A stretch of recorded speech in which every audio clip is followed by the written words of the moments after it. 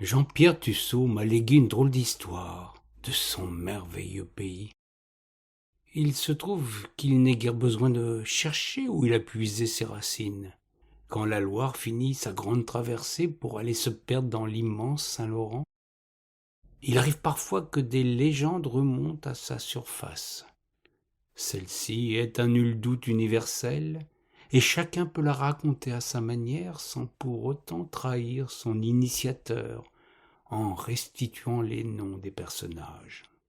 Sur l'île d'Orléans, vaste étendue de terre au milieu du Saint-Laurent, un gigantesque fleuve qui se prend pour un océan, dans le village de Saint-Jean, comme dans toutes les autres de la belle province, on aime à danser et à faire la fête.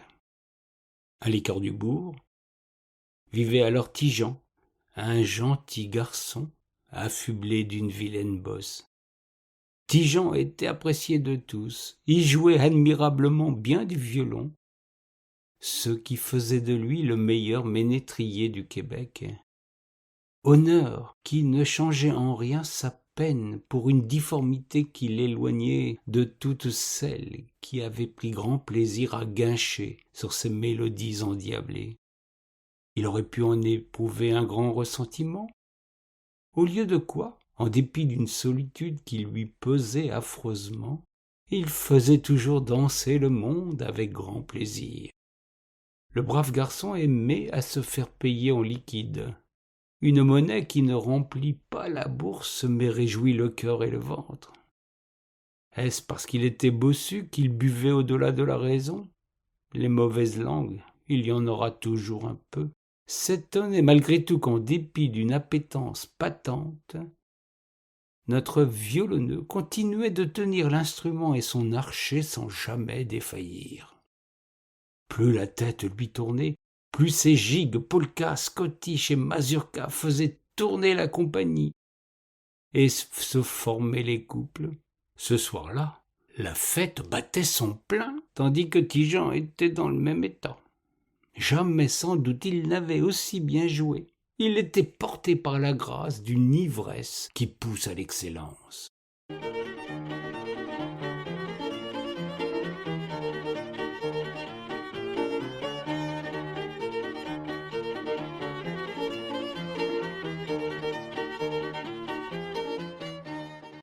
Le bal aurait dû s'interrompre. L'heure était depuis longtemps venue d'aller fermer les yeux pour reprendre du labeur tôt le lendemain matin. Il y avait toujours des danseurs pour abreuver encore notre artiste, afin qu'il joue un dernier morceau. Le violon, la coupe vidée, reprenait son train pour l'enchantement des plus résistants, jusqu'à ce qu'il faille se résoudre à aller se coucher. Tigean quitta la ville d'Appât à certain.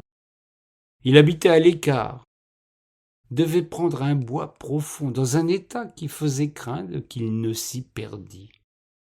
Mais le dieu des ivrognes musiciens veilla sur lui et le conduisit jusqu'à un fossé profond, couverte d'une mousse délicate, pour qu'il puisse s'y coucher sans prendre mal. Il se mit à ronfler comme un sonneur qui n'est pas coutumier chez un ménétrier.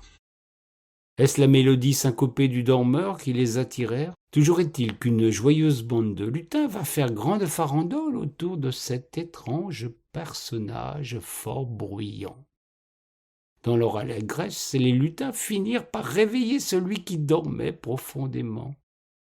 Tigean, dans son état, ne trouva rien de surprenant à la scène qui se déroulait sous ses yeux. Il reprit tout naturellement son instrument pour que continue ce nouveau bal.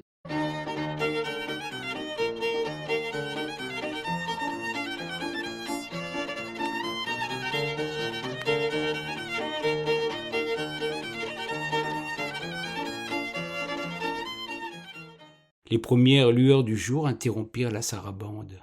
Celui qui était manifestement le chef des petits êtres s'approcha du musicien pour lui parler. Ses amis avaient été si heureux de ses services qu'il voulut le récompenser à sa manière. Le lutin s'adressa sentencieusement à notre bossu. « Nous entendons te remercier pour le bonheur que tu nous as ainsi offert, sans aucune crainte. Que veux-tu en échange? La richesse ou bien la beauté ?» Ti-Jean n'hésita pas un seul instant. La richesse, il n'en avait que faire. Il se contentait de peu, et dans son état, il n'avait guère de besoin. Son violon lui assurait toujours de quoi manger et surtout de quoi boire. Il ne demandait rien de mieux. Par contre, là, de se voir repoussé par les filles du pays qui lui répétaient « Ti-Jean, tu es le plus merveilleux des garçons d'ici, dommage que tu sois affublé de cette affreuse bosse. » Il se mit à croire à l'impossible. Le lutin, comprenant la demande sans que le musicien l'exprime, lui mit la main sur l'épaule en lui disant « Rentre chez toi, tu seras exaucé. » Dans les vapeurs d'alcool, il s'en revint chez lui, persuadé d'avoir vécu un rêve bachique. Il se coucha la tête lourde et le corps engourdi. Au petit matin, il se leva en se redressant comme jamais jusqu'alors. Il n'avait pu le faire. Sa bosse n'était plus qu'un horrible cauchemar. C'est ainsi que, droit comme un il rendit visite à Télesphore, son voisin menuisier, un bon artisan quelque peu gourmand sur les tarifs. L'homme de s'étonner de la métamorphose de son ami, qui lui raconta bien naïvement ce qu'il était advenu dans le bois. Télesphore feint de ne pas accorder foi au récit, et renvoya chez lui le garçon d'une belle tape dans un dos sans défaut. Toute la journée, le menuisier ressassa l'histoire. Il se trouve qu'il disposait d'un accordéon dont il jouait de manière assez convenable. Il n'était du reste pas rare qu'il fasse duo avec le ménétrier. Il échafauda un plan qu'il mit sans tarder à exécution la nuit suivante. À l'heure où tout le monde dort du sommeil du juste, le menuisier quitta sa tanière avec son instrument. Il retrouva sans peine le fossé où s'était assoupi Ti-Jean, et assis sur la boucheture, il se mit à jouer un air d'accordéon. Les lutins apparurent aussitôt et dansèrent autour du menuisier jusqu'aux premiers signes de l'aube. Une fois encore, leur chef vint vers le musicien. Le lutin n'eut pas le temps de formuler sa demande que Télesphore lui dit « Pour ma récompense, je veux bien ce que Ti-Jean n'a pas voulu. » Le petit être de répondre fort aimablement qu'il aura ce qu'il a si gentiment demandé lorsqu'il sera rentré chez lui. L'homme partit se coucher, ravi de sa future bonne fortune.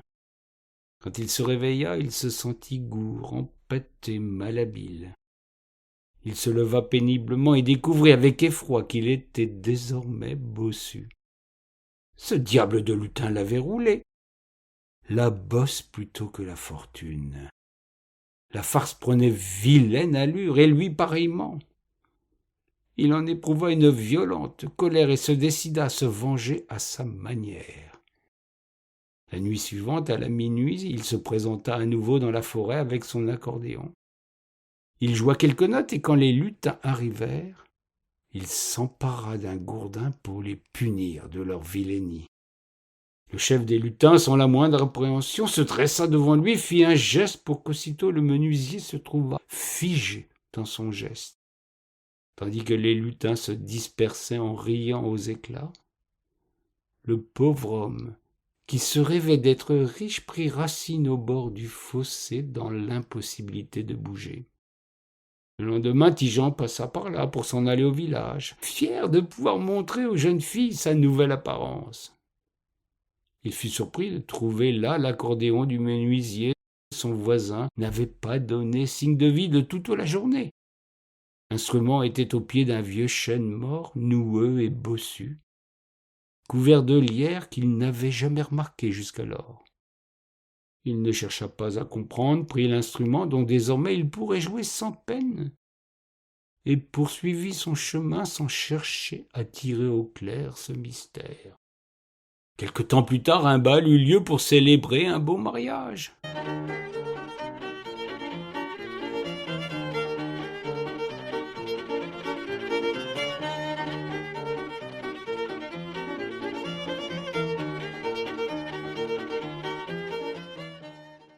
c'est le marié en personne qui fit le monde danser en alternant entre son violon et un accordéon, tandis qu'il confiait l'autre instrument à celle qui avait lié sa partition à la sienne.